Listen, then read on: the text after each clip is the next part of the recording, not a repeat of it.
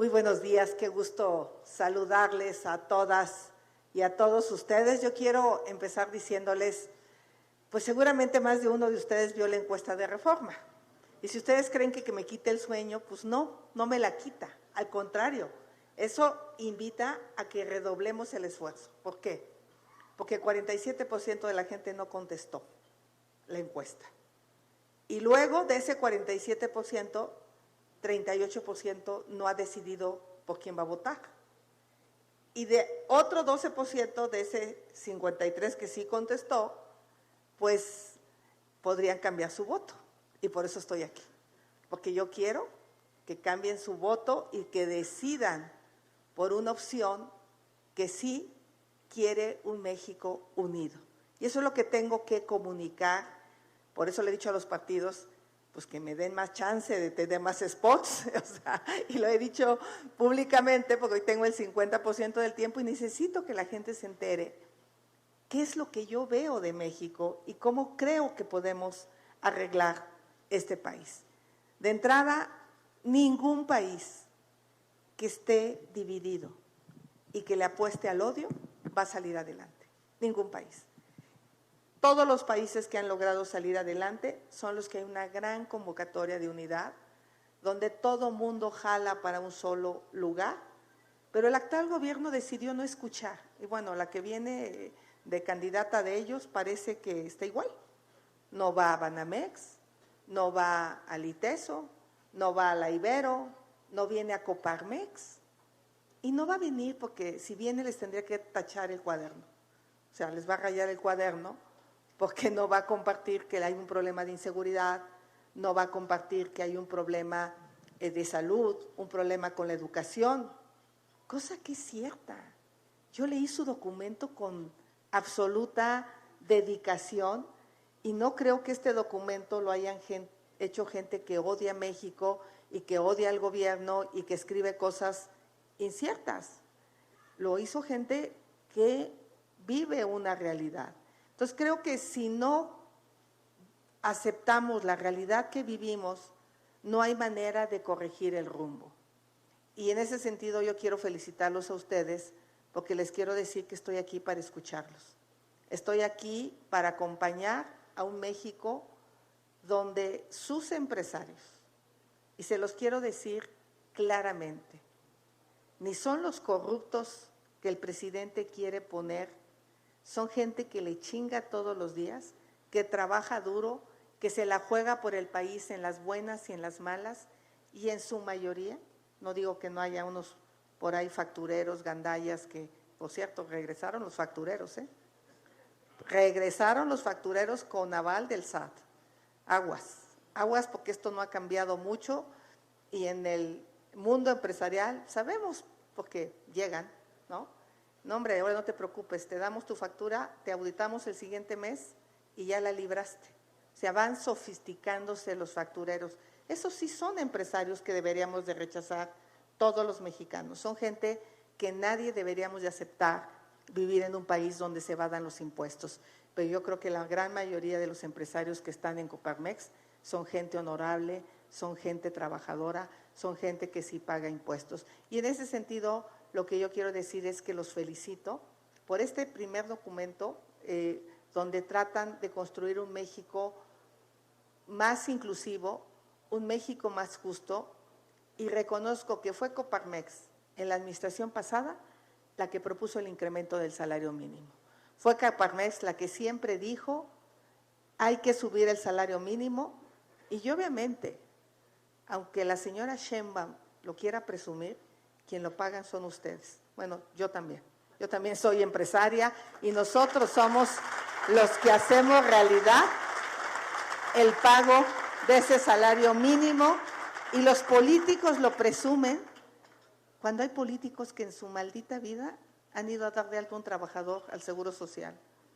Cuando hay políticos que en su vida saben lo que es ir a sacar una fiel al SAT y que no te den cita hasta dentro de 6 meses o que te vendan citas en el mercado negro, porque hoy para pagar impuestos es una monserga. Eso es lo que tenemos que corregir. Entonces, para mí, lo primero es terminar con esta polarización, con este odio entender que los empresarios son gente que le generan riqueza al país, que en su gran mayoría son gente buena, son gente trabajadora, y se los digo porque yo estuve en el debate del outsourcing, y estuve en ese debate donde la gente de Morena ponía a los empresarios como verdaderos zampones, y por eso digo, no dudo que había empresas outsourceras, factureras, que estaban fuera de la legalidad, pero en su mayoría son gente que respeto, que quiero, así es que cuenten conmigo, porque yo lo que quiero es que los pobres dejen de ser pobres.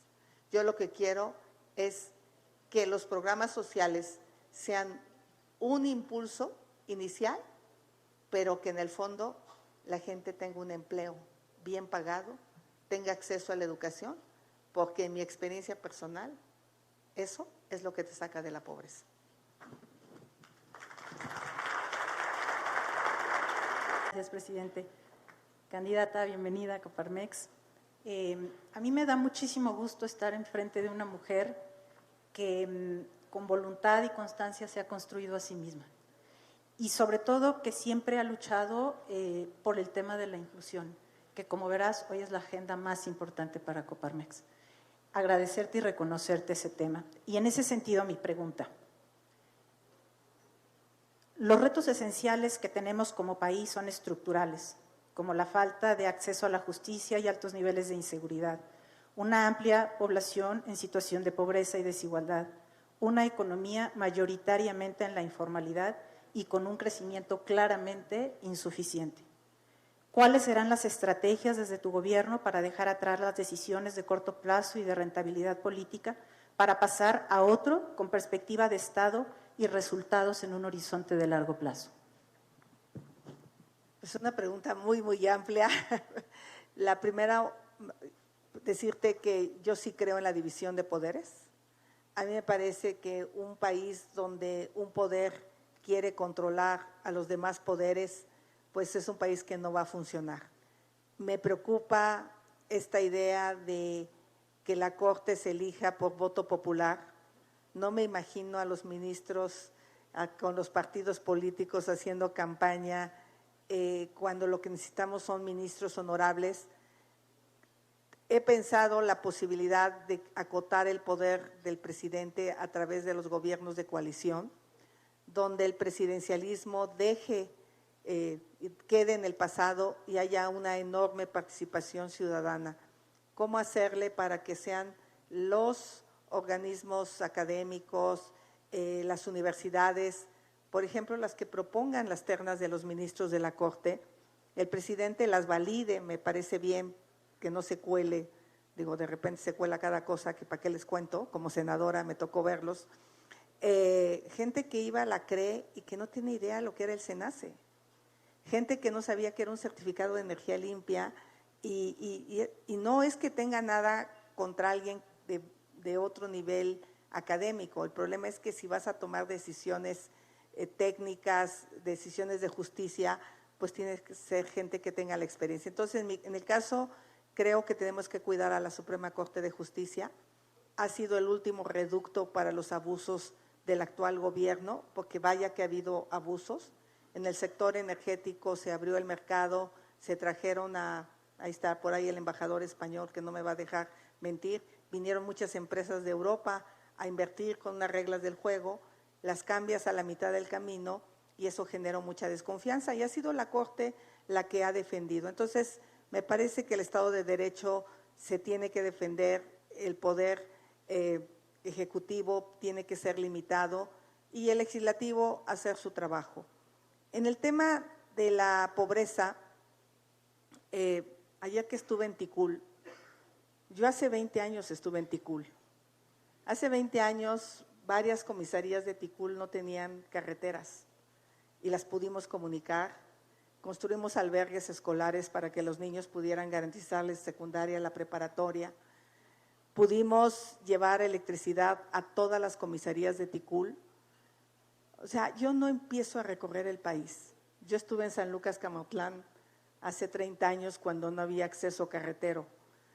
Conozco México quizá igual que el presidente, que presume haber conocido mucho México, mucho más que la candidata de Morena, y me queda claro que los programas sociales son un paso necesario, pero no el único para reducir la desigualdad. Para mí, el meollo del asunto está en la educación. Necesitamos fortalecer la educación media superior, y lo que tenemos actualmente es una tragedia, porque este gobierno es el responsable de haber dejado 1,5 millones de niños y jóvenes fuera de la escuela. Es el primer gobierno que reduce la matrícula educativa en lugar de incrementarla. Y en ese sentido, no le veo una opción a que empresas del nearshoring, de eso que aquí seguramente van a hablar los próximos días, vayan hacia el sur-sureste mexicano si no hay capital humano. Por eso la desigualdad terrible del sureste. Obviamente a mí me tocó electrificar a 2 millones de personas que no tenían energía eléctrica hace 23. En ese sentido sí avanzamos en caminos, en carreteras, agua potable, electrificación, pero el tema de la educación me parece que se ha estancado, y por eso la propuesta que yo hago es que la enseñanza del inglés sea desde la escuela primaria, secundaria, preparatoria, la enseñanza de tecnología, de robótica, de inteligencia artificial. Lo que está haciendo el gobernador de Yucatán se tiene que ampliar a todos los estados del sur para que entonces sí puedan venir empresas, porque si pensar que hacemos el transísmico y hacemos parques industriales, pues el riesgo que se corre es que esos parques industriales se queden vacíos, porque ya ni siquiera hay agua suficiente. Me encontré con varios problemas de abastecimiento de agua, que era como el atractivo del sur del país. Entonces, mi apuesta va a ser, y lo he anunciado, pues un bono educativo para que ningún joven se quede sin estudiar. Seguramente me van a decir que quiero privatizar la educación. Pues este gobierno no hizo nada para crecer la matrícula educativa. Entonces, mientras tanto, seguimos dejando de la escuela a cientos de miles de jóvenes sin ninguna oportunidad. Yo, si me preguntas dónde pongo el dinero, por cierto, creo que el director de Pemex vive en Disneylandia. ¿De verdad se cree el cuento de que Pemex está sana? ¿De verdad se creen el cuento de que Pemex es una empresa lista para el despegue? Pues perdimos 800,000 millones de pesos. Ustedes son empresarios.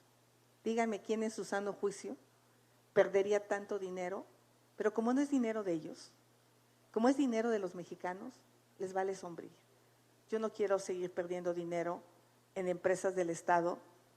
Quiero que estas empresas sean eficientes, sean rentables, y el dinero ponerlo en educación, regresar el seguro popular, apoyar a las mujeres que están en situación de vulnerabilidad, apostarle al sistema de cuidados para que las mujeres puedan integrarse a la vida laboral. Ahí es a donde hay que poner el dinero. Pero mientras sigamos poniendo el dinero en una empresa que genera electricidad de manera sucia y cara, y una petrolera que en lugar de apostarle a la exploración, le apuesta a la refinación, porque pues ahora producimos menos petróleo que antes, o sea, ni siquiera el negocio de Pemex. Entonces yo creo que lo que tenemos que poner en la mesa, y ahí sí me ayuda a ser empresaria, y ahí sí me ayuda a entenderle, a leer, a entender el valor presente, ¿verdad? Como decía nuestro querido exsecretario de Hacienda, pues mientras no decidamos dejar de perder dinero, no va a haber dinero suficiente para que salgamos de la desigualdad.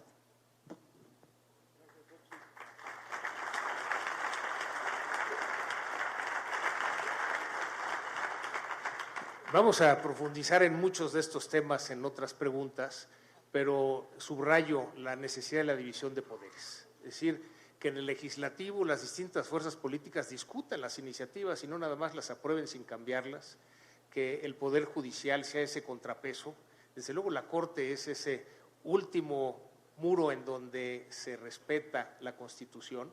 Tenemos en Coparmex una organización que es Guardianes de la Constitución, precisamente por eso, en alianza con los principales colegios de abogacía, porque es fundamental que existe esa división de poderes. De los programas sociales que comentas, hemos dicho que esa disyuntiva de si regalas el pescado o enseñas a pescar no aplica, porque cuando tienes hambre no puedes enseñar a pescar. Entonces tenemos que dar el pescado, pero consideramos que hay que cambiar el objetivo de los programas sociales para que en lugar de dar el dinero, realmente ayudemos a las familias a salir de esa condición de pobreza. Y desde luego coincidimos en que la apuesta a largo plazo es la educación. Todo lo que invirtamos en educación será lo que se refleje en el desarrollo del país. Y aquí quiero precisar algo. El presidente se ha encargado de decir que yo quiero quitar los programas sociales, pero se ha encargado de publicitarlo casa por casa, de llevarlo en los noticieros, los servidores de la nación. Pues obviamente, pues de repente por eso les caigo mal, pues van a decir, pues quiere quitarnos lo que tenemos. Quien quitó uno de los programas sociales más importantes fue él, el programa Prospera o Antes Oportunidades. Por eso 1,5 millones de jóvenes y niños fuera de la escuela, porque ese programa te hacía obligatorio estudiar y atender tu salud. El quitar Prospera, o sea, los que quitan programas sociales son ellos, para pasarlo a programas que no tienen evaluación, pero creo que Prospera sí llegó a ser un programa y oportunidades bastante importante porque te obligaba a la parte educativa. Sí.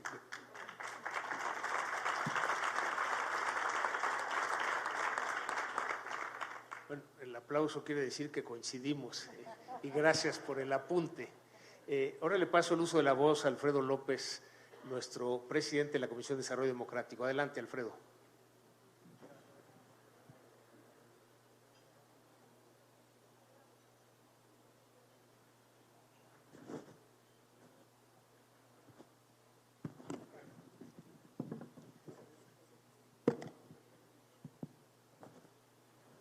Bienvenida, candidata. Bienvenidos todos. Buenos días. Mi pregunta es la siguiente. El desgaste que han sufrido las instituciones democráticas en México ha sentado un precedente que revierte la difícil ruta de construcción y consolidación de instituciones sólidas, eficientes y transparentes. ¿Cuál es la visión y estrategias desde su gobierno para fortalecer el andamiaje institucional del país, una patente división de poderes y un auténtico federalismo, con rendición de cuentas, sin corrupción ni impunidad, y cómo visualiza que podemos contribuir como sociedad? Gracias. Otra vez son 3 preguntas tremendas, pero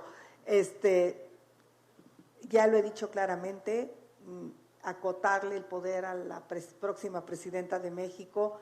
Yo voy a ser la más feliz de que el próximo gobierno tenga una enorme participación ciudadana, que sea un verdadero contrapeso en el ejercicio del poder. Yo lo que creo en materia democrática, sí me preocupa el debilitamiento del INE, sí me preocupa que el presidente se mete un día sí y otro día también en la elección. Está activo, porque ¿en dónde es donde el presidente genera una percepción en contra de la candidata de oposición? Pues con estas aseveraciones que él hace diciendo que yo quiero quitar los programas sociales y que jamás me dio mi derecho de réplica en la mañanera. Entonces quedó la mañanera como un espacio donde se replica en todos los noticieros, se replica en todos los periódicos esa nota, y entonces pues ahí hay poca democracia. Y yo no veo al INE que le saque la tarjeta roja contundente. Ahora se queja que lo quieren silenciar, cuando él por una declaración menor atacó a Fox con el cállate chachalaca. Digo, yo no le voy a decir eso porque lo respeto, pero en ese sentido sí creo que el INE no está siendo ese árbitro contundente que me gustaría ver en la contienda, porque pues nada más le llama la atención, le pone medidas cautelares, baja el spot, pero él lo sigue haciendo de manera sistemática porque él se convirtió de facto en el jefe de campaña de la señora Sheinbaum. Es la verdad, y creo que tendríamos que volver a fortalecer al INE. Me preocupa lo que pasa con el INAI. No tenemos 3 comisionados, yo he dado una defensa como senadora brutal, porque no les interesa la transparencia. Como por esos mecanismos la prensa se entera de los contratos de 2 bocas, me preocupa la militarización del país. Me preocupa que los militares, y reitero, no tengo nada contra las Fuerzas Armadas.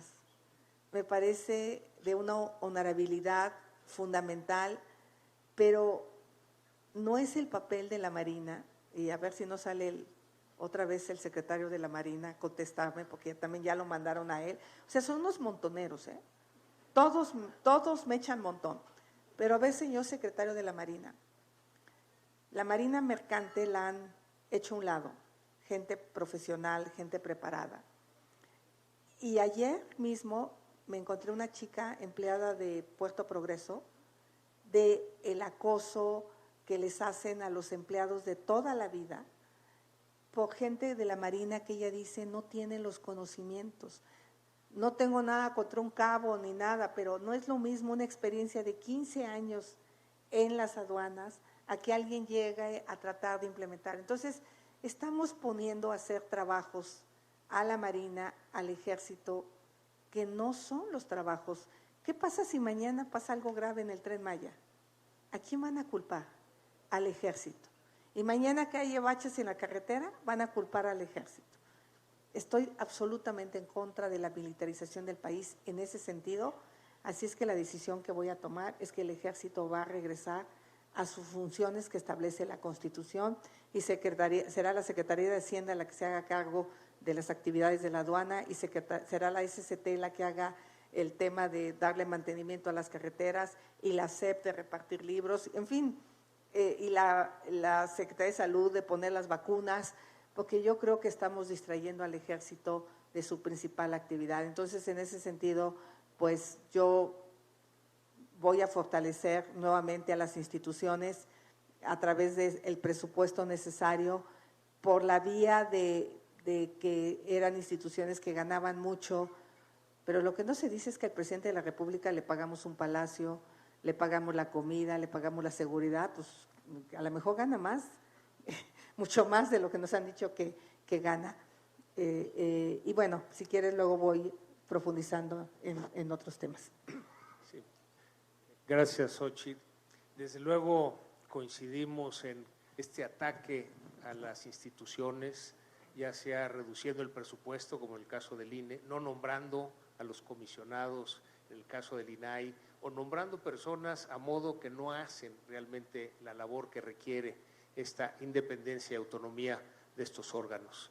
Con respecto al Ejército, pues también coincidimos, la Constitución es muy clara, el Ejército está para la seguridad nacional y por excepción hasta el 2028 para la seguridad pública, pero no hacer mantenimiento de carreteras, ni construir sucursales bancarias, ni aeropuertos, ni trenes, ni manejar aduanas, porque eso lo desenfoca de la misión que les da la Constitución. Desde luego, mucho por construir en este país, Xochitl, y bueno, para seguir con el diálogo, le paso el uso de la voz a Antonio Sánchez Díaz de Rivera. Toño fue presidente nacional de Coparmex, ahora nos ayuda justo con el trabajo del modelo de desarrollo inclusivo. Adelante, Toño. Xochitl, me da mucho gusto verte. Me dijeron que como en Coparmex recibimos a todos los candidatos, que no dijera que me caes bien, que no dijera que te conozco, que no dijera tu capacidad de servicio, tu inteligencia y cómo te entregas a las cosas que haces. Entonces, por eso no lo voy a decir. Me da gusto, me acuerdo de cuando, bueno, en nuestro paso por el gobierno, ahí está José, nos traías finto, ¿verdad? Ahí nos traías, pero trabajando. Bueno, mira, tiene una pregunta larga, pero lo mejor es que sea más larga tu contestación, y es el asunto de seguridad, que es tremendo, es una tragedia.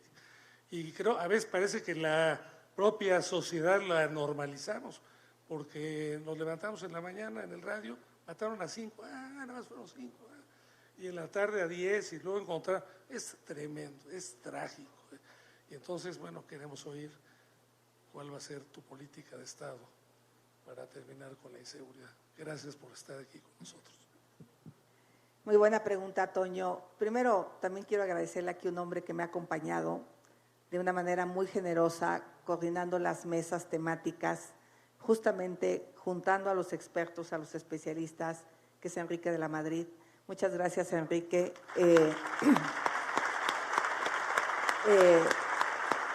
Porque él en algún momento estuvo compitiendo para estar en esta posición y de una manera muy generosa se ha sumado a este equipo, contribuyendo con el cómo podemos hacer las cosas. Yo soy una mujer que reconoce que lo tenemos que hacer entre todos. No hay manera que una sola persona sepa qué hacer con el país, y ese es el problema del que tenemos en Palacio Nacional. Pensar que un eslogan de campaña se podía convertir en la estrategia de seguridad fue el grave error. También está conmigo Ildefonso Guajardo, que es el responsable del área internacional. Muchas gracias, Ildefonso. Me acompañó a la gira a Estados Unidos, a esa que tampoco va Sheinbaum. Es que ella no va a nada, de verdad. Le tiene miedo a todo. Y así no se puede gobernar un país, sin escuchar, sin tener posturas firmes. Pero estuvimos en el Departamento de Estado, Ildefonso, cuando el secretario de la Marina me dice que no hay fentanilo que entre, fue el tema más importante que nos plantearon en Estados Unidos, el tráfico de fentanilo y obviamente el tema de la migración. Entonces, este gobierno no quiere ver lo que está pasando. Y aprovecho para agradecerle a Josefina y a Rosanetti, dos mujeres, y Kenia López Rabadán, tres mujeres chingonas que me están acompañando también en este proyecto. Mi querida Tere, nuestra candidata senadora. En fin, no voy a mencionar a todos, pero somos un equipo. Y en ese equipo hemos diseñado la nueva estrategia de seguridad. No es una ocurrencia criminal como la que hay. La señora Sheinbaum, ¿con qué cara se atreve a decir que México está mejor que nunca? ¿Cómo 1 millón de vidas perdidas? 800,000 por COVID, y se las pasaron diciendo que eran 325,000. Gracias al INEGI sabemos cuál fue el exceso de mortalidad. Cerca de 180,000 personas asesinadas. Si son 100,000 o 120,000 desaparecidas, vale sombrilla. Es un mundo de personas. Y esas son familias quebradas, familias que tenían sueños, que tenían planes, y que este gobierno, por su indolencia, por su incapacidad, no hizo absolutamente nada por ellos. Acabo de estar en las plataformas con los petroleros de Campeche. No los cuidaron.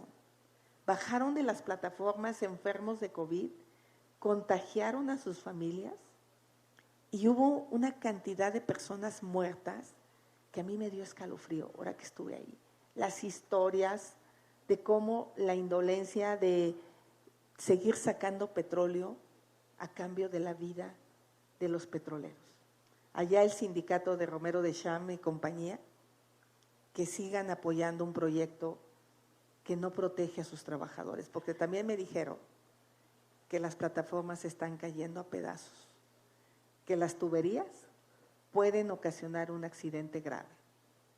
Por eso, para mí, el valor de la vida es uno de los valores más importantes que como presidenta quiero recuperar. La vida ha dejado de ser relevante. Esos 11 jóvenes asesinados en Salvatierra, esos 5 jóvenes médicos o truncados en Celaya, esos 5 jóvenes en Lagos de Moreno, que yo no había visto cosa más atroz que obligar a uno de ellos a matar a sus compañeros. Todas esas historias se terminan porque sale la siguiente y ya nadie se acuerda de la siguiente. Yo les pregunto a ustedes como empresarios, ¿de verdad México está mejor que nunca? ¿De verdad hoy pueden salir en la noche a las carreteras sin sentir miedo? ¿De verdad sus hijas van a la calle y no se quedan ustedes con la preocupación de a qué hora regresan sus hijas y sus hijos? Ese es el México que vamos a corregir. Pero nosotros sí aceptamos que hay un problema. La señora Sheinbaum no lo acepta. Por lo tanto, va a seguir con la militarización del país, distrayendo a los militares en actividades en lugar de ponerse a recuperar el ejército, la soberanía nacional en Michoacán, en Jalisco, en Zacatecas. Empecé en Fresnillo porque el 96% de las personas tienen miedo. 96%. Nuestra estrategia es clara. De entrada, va a ser nuestra prioridad el tema de la seguridad. Segundo, vamos a trabajar en las policías, aunque suene reiterado. ¿Saben cuánto gana el policía de Ticul, que ayer estuve allá? 6,000 pesos al mes. Llega la delincuencia organizada y le dice al policía de Ticul, ahí te van 12,000 y trabaja para mí. Vamos a pagarle bien a los que nos cuidan. Les vamos a dar becas para sus hijos, les vamos a dar seguridad social, crédito de vivienda. Ningún policía municipal o estatal va a vivir abajo de la clase media. Ese es nuestro objetivo. Vamos a hacer una guardia que sí sea guardia y que sí sea nacional, que sí investigue, que sí detenga, que sí haga inteligencia. Vamos a atender a las víctimas, a esas madres a las que el presidente le cerró la puerta el día de ayer, a Ceci, que encontró 53 cadáveres en una fosa clandestina en Sonora, y que hoy esas madres buscadoras tienen 50,000 cadáveres identificados y este gobierno le vale sombrilla identificarlos para que sus familias encuentren el consuelo. Esa va a ser mi principal prioridad en seguridad pública. Dinero hay.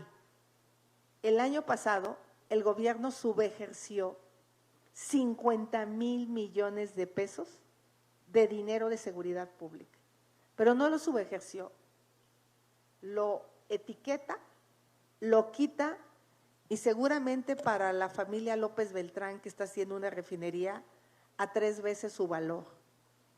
¿Qué proyecto se puede ir a 3 veces su valor? Un tren que se ha ido a 4 veces su valor. Un aeropuerto que pagamos 300,000 pesos y que no tenemos aeropuerto. Ahí está el dinero de la seguridad pública. Nosotros, lo he dicho, mis obras faraónicas serán los salarios de los policías, los hospitales, las universidades. Esas van a ser mis obras faraónicas.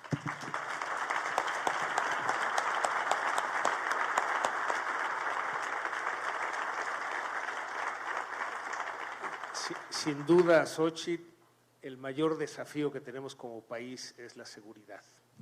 Lograr recuperar seguridad, justicia y paz es la prioridad y qué bueno que así lo consideres.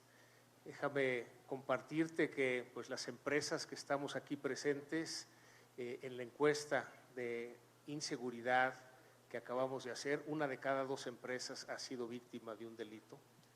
Señora Gemma, ¿le hablan? Primero, el robo de mercancías. Segundo, ya la extorsión, un 70% extorsión telefónica y redes sociales, un 30% cobro de piso, ahora en modalidades de intermediación de producto. Después el delito cibernético y luego el robo de vehículos.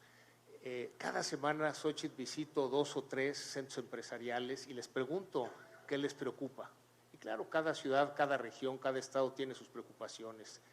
La preocupación común en todo el país es esta creciente inseguridad. Entonces, qué bueno que sea tu prioridad atenderla, porque es lo que necesitamos para mejorar todo lo demás. Y yo ahora les voy a hacer una pregunta. Déjenme hacerles una pregunta. Nadie puede estar en contra de más vacaciones. Nadie puede estar en contra de mejor salario para los trabajadores. Pero ¿qué hace el gobierno para que ustedes gasten menos en seguridad y gasten menos en extorsión? En extorsión de la clase política, no crean que solo de los delincuentes. O sea, yo estoy convencida que si nos ponemos a trabajar juntos, y yo les garantizo que van a poder llevar su mercancía por las carreteras sin tener que pagar seguridad extra, si yo les garantizo que los trámites del gobierno van a ser eficientes y eficaces, hay que ser muy hojaldra para no mejorarle los salarios a los trabajadores. sí, claro.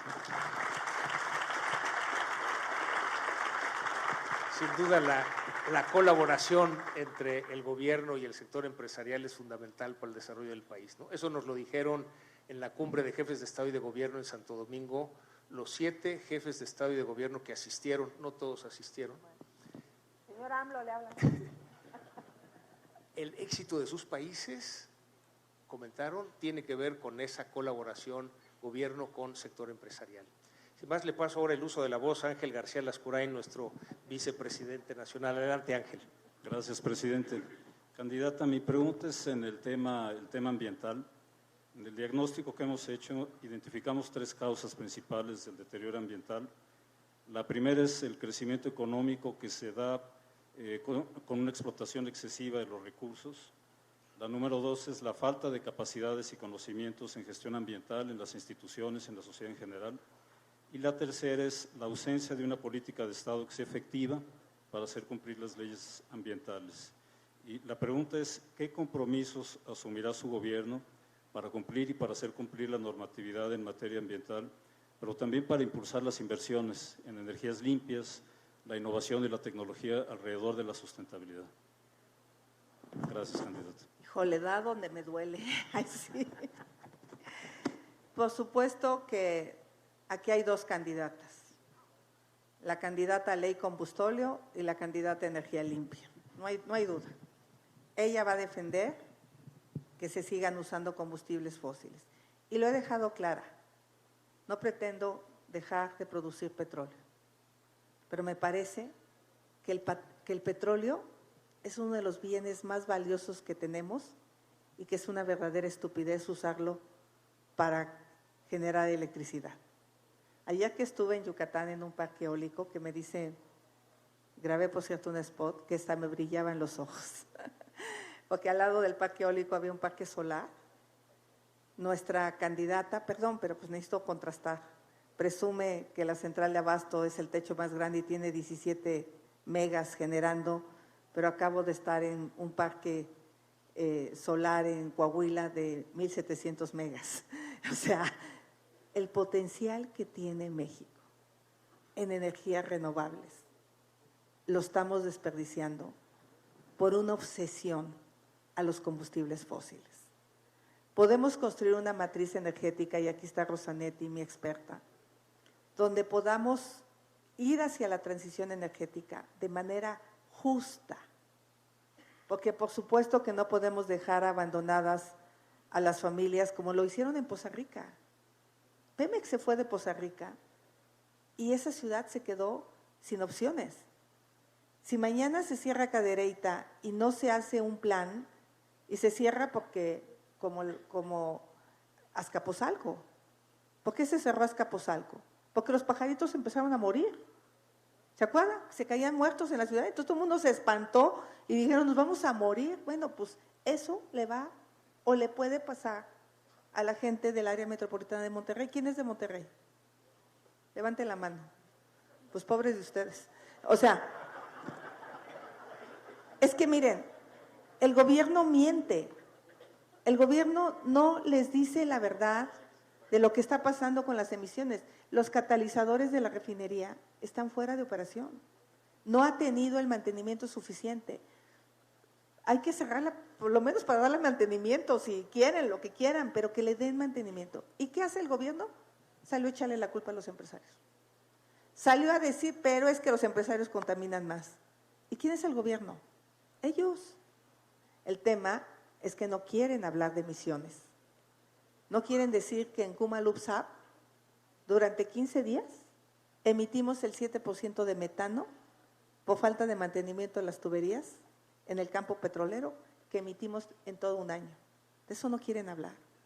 No quieren hablar de que México hizo compromisos ambientales fuertes y serios en la COP y que no se le ha puesto un solo peso para reducir metano. Pero ya, de plano, no les da el cerebro. Por lo menos es dinero. El metano es gas que podríamos utilizar para la industria y en lugar de estarlo o quemando o emitiendo a la atmósfera. Me contaron, no sé, en Quintana Roo, que los reyes de Suecia no fueron al Tren Maya por el ecocidio que hicieron, porque sus grupos ambientalistas sí les protestan a sus gobiernos y sí les ponen agenda. pero este gobierno no escucha a los ambientalistas. Yo estoy de acuerdo que se invierta en el sureste. Me parece que es algo de justicia, pero no es algo que empezó este gobierno. Este gobierno cree que él fue el primero que descubrió los programas sociales. Aquí está José con el programa Oportunidades. Yo estuve metidísima en el programa de infraestructura. En fin, la transísmica, el tren me parece adecuado, me parece bien el tren a Puerto Progreso. Yo lo único que reclamo es por qué no se hicieron los estudios de impacto ambiental. ¿Por qué no se le exige al gobierno lo mismo que se le exige al sector privado? Intenten hacer un hotel en Cancún sin estudio de impacto ambiental. El gobierno se emitió un decreto para no cumplir con las normas ambientales. Eso no se vale. Eso es inaceptable. Entonces, lo primero que voy a hacer es ese estudio de impacto ambiental que no hizo el gobierno. Lo primero que voy a hacer es mitigar el daño. ¿Por qué no hicieron el cambio de uso de suelo en el Tren Maya? Porque les implicaba plantar 200 millones de árboles. Esa era su obligación ambiental al gobierno y la han omitido. Y la han omitido porque no tienen ningún interés de resarcir el daño que provocó el tren. Y con todo respeto, y me encantaría que fuera exitoso el tren Campeche, Mérida, me encantaría, porque hay demasiado dinero gastado. Pero yo ayer salí en mi Xochibús, súper cómodo, reclinable, chingón, en 2 horas llegué.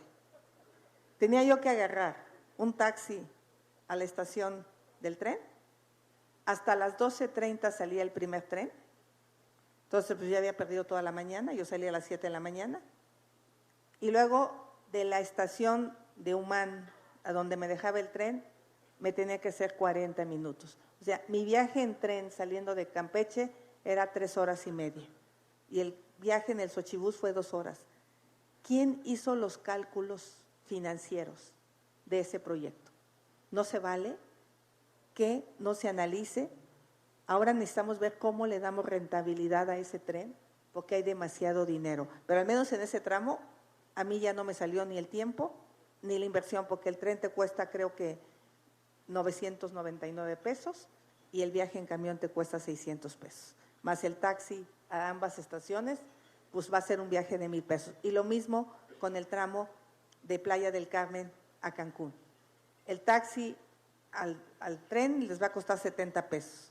El boleto creo que 250 pesos y el taxi del aeropuerto donde llega el tren a su centro de trabajo, otros 100 o 100 pesos. Hoy la combi les cobra 40 pesos. Entonces, sí creo que tenemos un problema cuando tenemos políticos ineptos, tarugos y bandidos.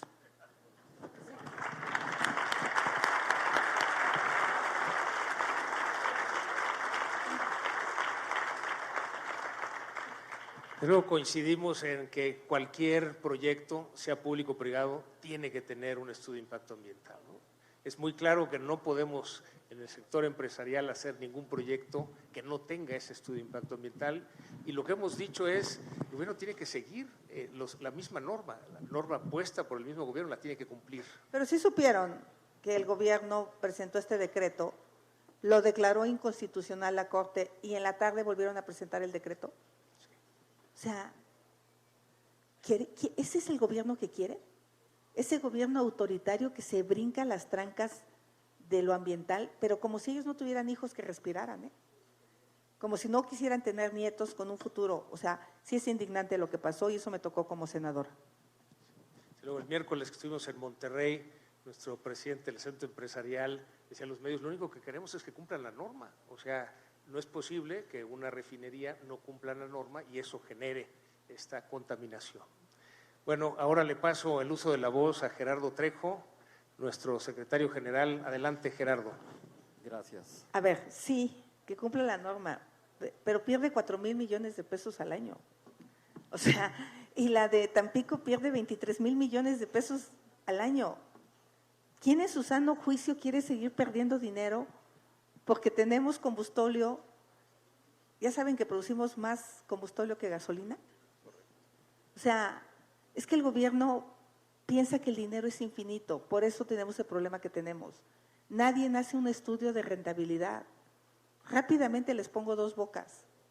Dos Bocas iba a costar 8,000 millones de dólares, iba a acabar en junio del 2022. Lleva gastado 22,000 millones de dólares, estamos en marzo de 2024. ¿A cuántos años se va a pagar Dos Bocas? Si alguien lo calcula, me lo pasa. Gracias. Bien. Bueno, iba a refinar 340,000 barriles y ahora en el primer año pretende refinar 170,000. Ahí va otro dato para el cálculo. Más y mejores condiciones de salud implican más y mejores oportunidades de empleo, mayor productividad, desarrollo económico incluyente y una economía más competitiva. Sin embargo, en México, prácticamente la mitad de la población no tiene acceso a servicios de salud. Existe un alarmante debilitamiento del sistema público de salud, ausencia de recursos, desabasto de medicamentos, una grave caída de la cobertura de vacunación infantil y altas prevalencias de enfermedades crónicas. Consultas médicas privadas han subido, el suministro de medicamentos privados ha subido, la gente usa su apoyo social en medicamentos. Sé que a los farmacéuticos de Coparmex les debe haber ido súper bien. Ustedes no tienen la culpa de que haya un gobierno ineficaz. Entonces, regresa el nuevo Seguro Popular. Sí queremos que esto del IMSS Bienestar es un riesgo, porque hoy por hoy el IMSS, y tampoco me van a dejar desmentir, yo también soy empresaria. Tengo una trabajadora que tiene 2 años intentando una cirugía en el Seguro Social y cada que va se la amplían 3 meses, 4 meses, ahora hasta diciembre. Es una tragedia el Seguro Social, es una tragedia. Nunca había estado tan mal administrado y miren que tenemos épocas duras, pero la que yo estoy viviendo con mis trabajadores es dramática. Y todavía le vas a pasar a 50 millones de derechohabientes adicionales, podemos ir a una catástrofe de salud. Entonces, eso lo tendríamos que corregir. El tema de la vacunación es grave. Ver chats de mamás viendo dónde cachan una vacuna, pasándose el tip de mira en tal hospital hay una vacuna porque no hay vacunas. Cuando México llegó a ser uno de los países de mejor vacunación en el mundo, hoy solo 1 de cada 3 niños tiene el sistema de vacunación completa. Se nos ha subido la mortalidad materna. Se nos murieron 200,000 personas por diabetes e hipertensión por falta de medicamentos y atención médica. Échenle un ojo al exceso de mortalidad y se van a dar cuenta de la tragedia en salud. Entonces, estamos dibujando este nuevo Seguro Popular. Nos va a costar trabajo volverlo a fondear, porque ya se comieron todo el dinero que había ahí. Ya se acabaron con todas las reservas sabidas y por haber, pero nosotros sí creemos de entrada, y lo digo en mis comerciales, si el gobierno no te entrega tu medicamento, vas a ir a la farmacia de la esquina y ahí te lo van a entregar y el gobierno le pagará con tecnología blockchain para que no se pasen de lanza.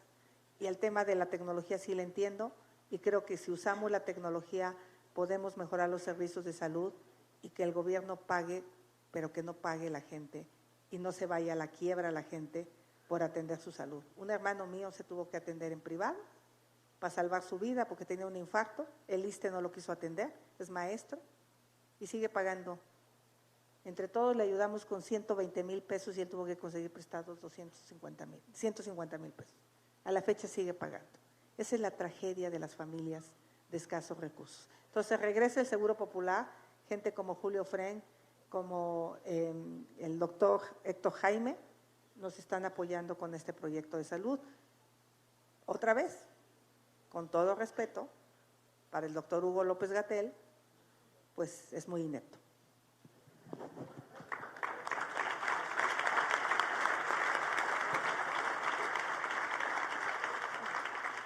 Es muy claro el dato de Coneval que nos dice que en 2018 había 20 millones de mexicanos sin acceso a servicios de salud. Último informe, a diciembre del 2022 son 50 millones de mexicanos sin acceso a servicios de salud.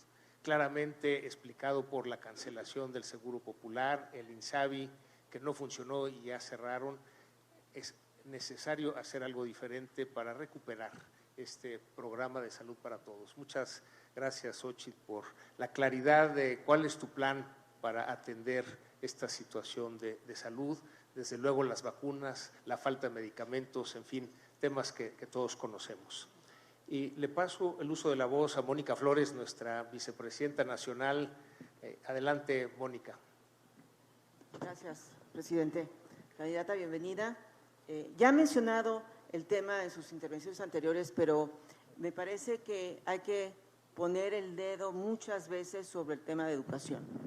No hay manera que México alcance los niveles de competitividad, el pleno empleo con salarios altos, con talento mexicano formado en lo que se requiere en el siglo XXI. Me parece que no solo es aumentar la matrícula, sino cambiar el plan de estudios desde la primaria para tener no solo personas que entiendan lo que leen y que escriban y que le entiendan a las matemáticas y que tengan inglés, pero también las competencias blandas que hoy se requieren para ser atractivo en el mundo del trabajo. Y la pregunta es, ¿qué estrategias implementaría su gobierno? ¿Qué objetivos a corto y mediano plazo pondría sobre la mesa para darle la vuelta a esta grave situación que estamos enfrentando?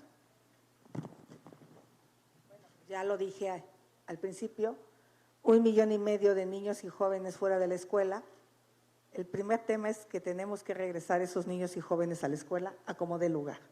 Tenemos que hacer una estrategia extraordinaria, específica, para que los jóvenes que por la pandemia dejaron la escuela o por falta de ingresos, porque algo que no nos dice este gobierno es que el Prospera y el Oportunidades sí atendían a los más pobres, y hoy no necesariamente estamos atendiendo a las personas en pobreza extrema. Con Enrique hicimos un cálculo de apoyar con 2,000 pesos con las pérdidas de Pemex, 1 billón de pesos. Durante los 6 años hubiéramos sacado a 12 millones de mexicanos de la pobreza extrema, nada más con las pérdidas de Pemex. Entonces, el tema es que los pobres extremos o las personas en pobreza extrema pues están fuera de la escuela, muchas veces porque tampoco están llegando a esos lugares los programas sociales, que es a donde deberíamos de privilegiar que lleguen. Primero vamos a poner especial atención de por qué los niños están fuera de la escuela. 2, ponerle mucha atención a la educación media superior, que no hemos crecido prácticamente la matrícula, y la educación universitaria. Tú como atleta, si no mides tu rendimiento, pues no vas a mejorar nunca. Se quitó el Instituto Nacional de la Evaluación, más por un tema político. Yo estoy de acuerdo que no podías castigar a ningún maestro que tuviera malos resultados en su rendimiento de sus alumnos, pero sí podías de alguna manera motivarlo a darle herramientas para que mejorara su desempeño como maestro y sus alumnos tuvieran también un mejor desempeño. Ya no tenemos el INE. Aplicaron la prueba PISA, que es una prueba neoliberal, dice el presidente, que es una prueba de los países explotadores, ¿no? Pero esa prueba PISA dice que México retrocedió 20 años en educación, 20 años en matemáticas y 10 años en general en educación. Tenemos que sentarnos con los maestros son buenos, son gente, mi familia allá en el pueblo son maestros por el MESHE, una escuela normal de hombres, y yo sí recuerdo una mejor educación en muchos sentidos, que se ha alejado por muchos temas políticos. Los maestros merecen una oportunidad en este nuevo proyecto educativo, y se me acercó una maestra en Tabasco y me dijo que en sus 20 años de maestra nunca había visto unos planes de estudio tan mal elaborados. Estaba muy preocupada. Yo creo que fuera de los líderes sindicales, los maestros sí están preocupados por la educación. Entonces, tenemos que tener un diálogo con ellos, un planteamiento específico. Creo que pronto vamos a presentar nuestra propuesta en materia educativa. Vamos a recuperar la ciencia y la tecnología, el CONACYT, las becas al extranjero. Estamos proponiendo una tarjeta de internet, porque a pesar de que hay cobertura de Internet en muchas regiones, la gente no tiene dinero para conectarse a Internet. Y hoy el Internet sí es clave, por ejemplo, para la enseñanza del inglés. No hay maestros suficientes, lo tienes que hacer con plataformas. Y si no hay Internet, pues ¿cómo mejoras la educación? Para mí, el programa Jóvenes Construyendo el Futuro, que ese fue el debate que tuve con el presidente, tiene una posibilidad. De entrada, para mí el programa tiene que llamarse Sí, sí. Sí estudio y sí trabajo. O sea,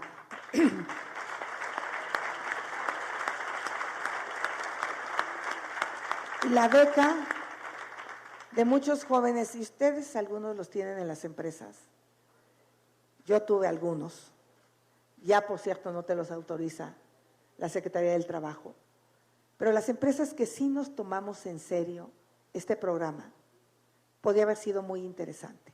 Desafortunadamente hoy, si quieren van, no hacen gran cosa porque pues, las empresas a veces les requiere tiempo. El fondo del programa es interesante, pero sí necesitamos precisar que estos jóvenes que hoy reciben una beca de 3,600 pesos tengan una contraprestación por parte de ellos. Estudien un idioma, tengan habilidades digitales, tengan competencias laborales a cambio de recibir esa beca. Porque si no, estos jóvenes en estos 12 meses no estamos logrando una transformación. Entonces, yo preferiría a lo mejor menos jóvenes más preparados que una masa de jóvenes que no estamos dándole seguimiento y las capacidades necesarias. Y por otro lado, los jóvenes que van a la universidad, solo les damos 1,200 pesos. ¿Cuál es el incentivo para un joven que va a la universidad versus un joven que entra al programa Jóvenes Construyendo el Futuro? Entonces yo creo que hay que homologar la beca para que sea tan atractivo el programa 1 como el de ir a la universidad. Y obviamente, pues sí tenemos ahí toda una idea de meter más ciencia y más tecnología a la educación y sobre todo, pues yo especialmente quiero impulsar a las mujeres con carreras STEM. Lo que yo he contado mi historia, yo era telefonista, estudiante de ingeniería, muy complicado, venía yo muy mal preparada del pueblo, a punto de dejar la universidad. Creo que tiene que haber un plan de regularización intermedio, porque si no, los chavos no logran engancharse con la universidad. Tenemos que trabajar mucho en la regularización. Y cuando logro conseguir la beca para estudiar programación en el Centro de Cálculo, pues estos 3 semestres pues hicieron que mi sueldo pasara de 2,500 a 50,000 pesos. Es por ahí, es por el lado de la educación.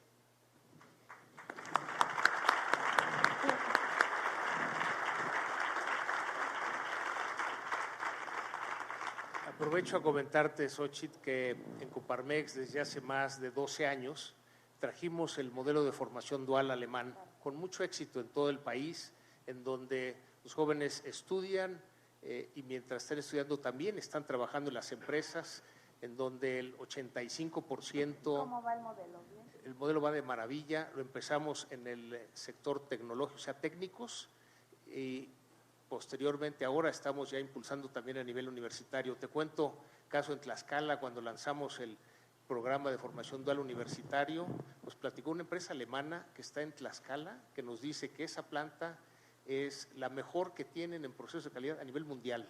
Y nos platicaron de un joven campesino de Tlaxcala que estudiaba en el CONALEP, trabaja en el programa de formación dual, sale muy inteligente, muy abusado, lo mandan a Alemania, se capacita, de ahí lo mandan a Estados Unidos, hoy se hace cargo de un proceso en una fábrica nueva en Alemania.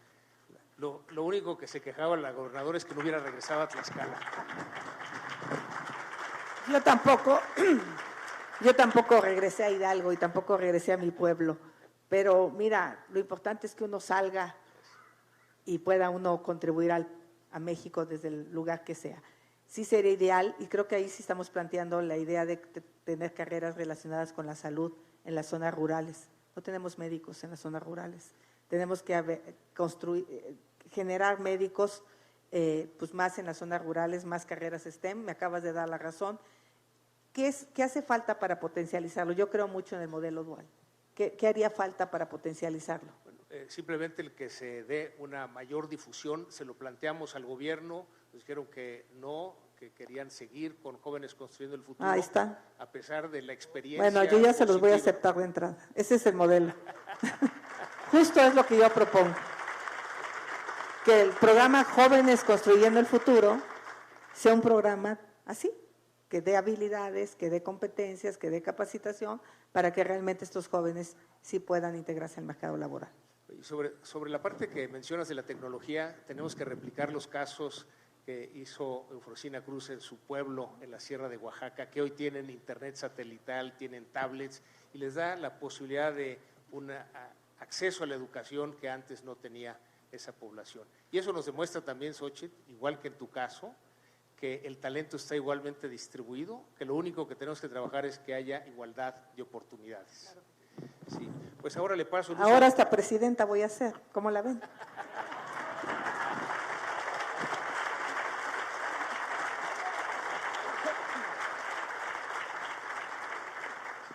Ahora le paso el uso de la voz a Juan José Sierra, nuestro vicepresidente nacional de Centros Empresariales. Gracias, presidente. Bienvenida, Xóchitl. Ante los riesgos, las oportunidades y los retos que enfrenta nuestro país en este momento, es necesario un plan estratégico para el país de corto, mediano y largo plazo, que vaya más allá de los ciclos políticos, que sea un plan trascendental con altitud de miras, que sea capaz de generar las condiciones para crear más empresas y más empleos productivos para este país. Mi pregunta es, ¿qué plan de gobierno tienen para capitalizar este desarrollo económico con desarrollo social, que sea capaz de generar en nuestro país y que dejemos de ser una de las opciones y que nos convirtamos en la opción ante los retos de certeza jurídica, de seguridad y de energía que enfrenta en este momento nuestro país, y que generemos este desarrollo social, con desarrollo humano, con educación, con salud y con inclusión digital? No es chicle. No es chicle, no estén chingando. Ay, sí, no es cierto. Es que así me quité una pastilla el otro día, dijo, pegó el chicle, pero ahora le va a pegar en Coparmex, imagínense. Bueno, pero mientras no sean sobres amarillos como los de enfrente, estoy feliz.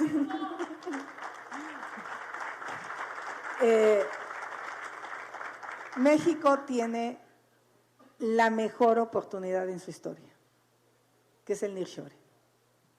Yo he platicado con muchos empresarios, ahora que estuvimos en Estados Unidos, con algunos que están invirtiendo. Nada más una de las empresas que está poniendo una planta en el norte necesita 700 proveedores para esa planta.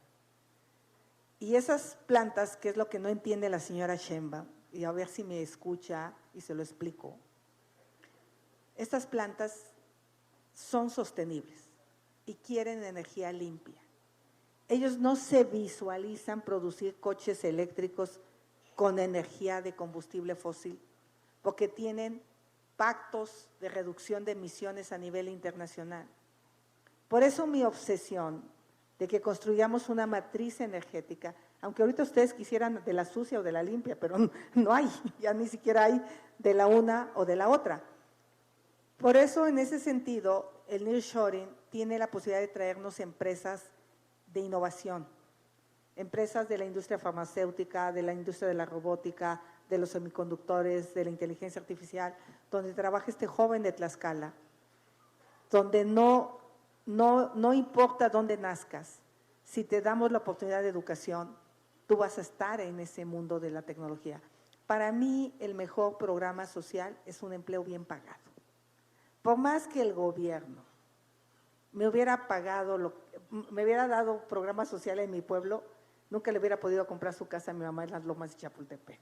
Eso me lo dio la educación, eso me lo dio el trabajo, eso te lo da. Entonces, las familias quieren tener un trabajo, es la manera de sacarlos de la informalidad, es la manera de poderles llevar a tus hijos servicios de salud, servicios de educación. Entonces, ¿qué tenemos que hacer?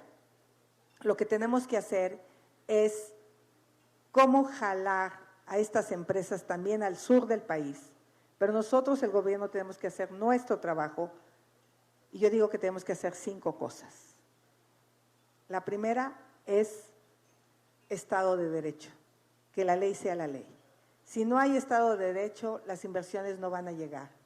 Y también ahí mismo le pongo que se acabe la extorsión de parte de los políticos a los empresarios para darles sus permisos. Eso también es Estado de Derecho.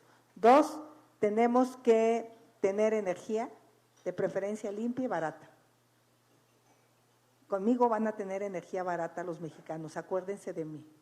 A ese tema sí le entiendo. Yo no quiero que suba con la inflación, no, yo quiero que sea más barata. Yo soy más audaz, porque el megawatt de la energía barata hoy, de la energía limpia, cuesta 500 pesos. Nada más hagamos líneas de transmisión y llevémosla hasta el último rincón donde la necesitamos. 3, capital humano. Que este programa de Jóvenes Construyendo el Futuro sea un gran generador de capital humano. Ya está la lana, no la vamos a quitar. Entonces, démosle la potencia que requiere para integrarse al mercado laboral. 4, infraestructura. Las carreteras están cayendo a pedazos. Ya no puedes ir de Campeche, de Ciudad del Carmen a Mérida. Están sin mantenimiento. La 57 es una tragedia.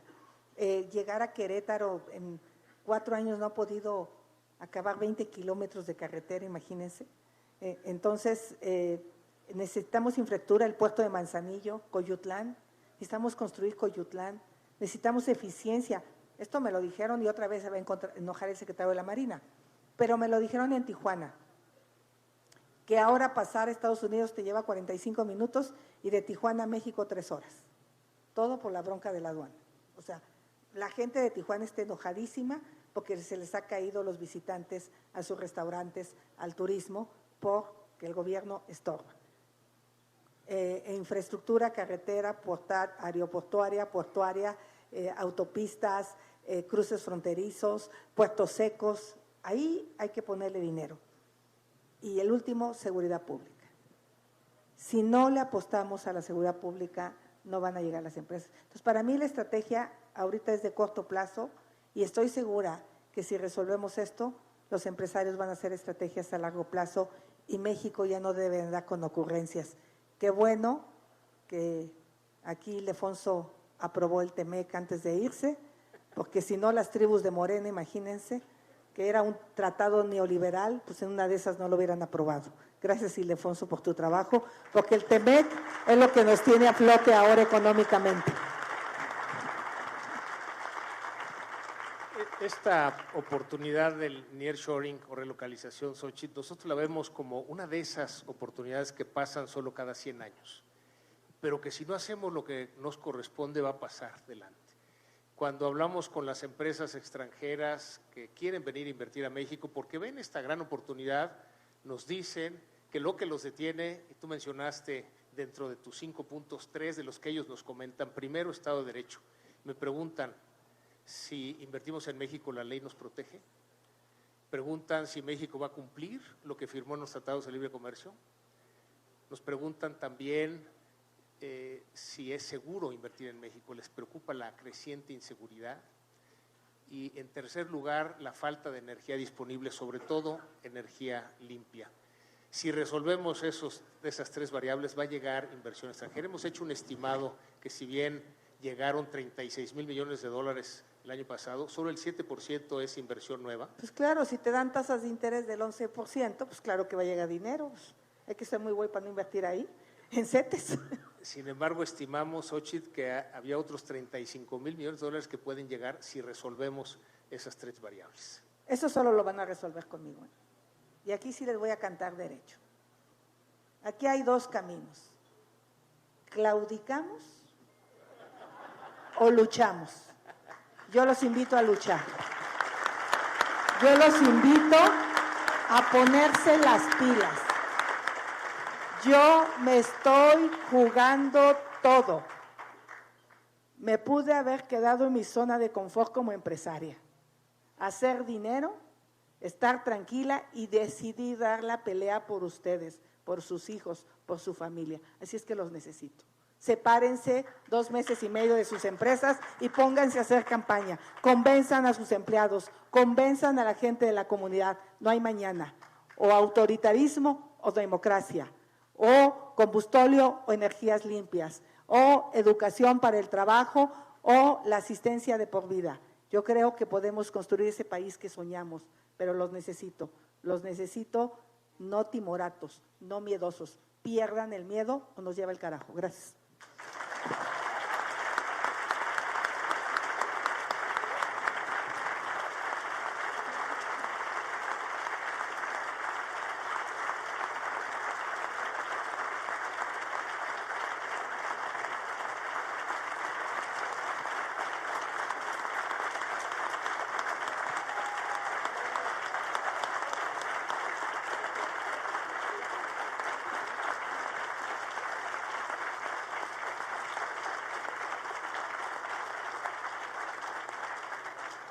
Y bueno, para cerrar este diálogo, la propuesta, Xóchitl, es que firmes el acuerdo por un México con desarrollo inclusivo. Claro, si estás de acuerdo que ese es el camino que debe seguir, es un trabajo que hemos hecho, no nada más en Coparmex, sino que hemos llevado a cabo al enriquecerlo durante estos 2 años con distintas organizaciones de la sociedad civil.